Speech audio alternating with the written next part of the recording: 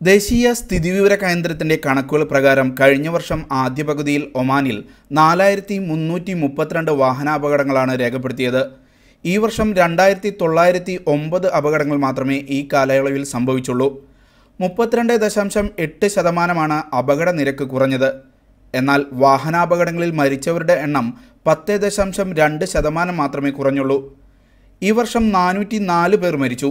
കഴിഞ്ഞ വർഷം 450 പേരാണ് മരിച്ചത്. മരിച്ചവരിൽ 168 പ്രവാസികളുണ്ട്. 236 സ്വദേശികൾ വാഹനാപകടങ്ങളിൽ മരിച്ചു. റോഡ് അപകടങ്ങളിൽ പരിക്കേൽക്കുന്നവരുടെ എണ്ണം ഏതാണ്ട് പകുതിയായി കുറഞ്ഞു. 49.5% പരിക്ക് കുറഞ്ഞത്. കഴിഞ്ഞ വർഷം 5610 പേർക്ക് പരിക്കേറ്റപ്പോൾ ഈ വർഷം 2832 പേർക്കാണ് പരിക്കേറ്റത്. ഈ വർഷം ജൂണിൽ മാത്രം 64 പേർ വാഹനാപകടത്തിൽ മരിച്ചു.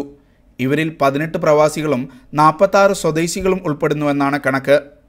ഷിനോദ് ഷംസുദ്ദീൻ, മീഡിയ 1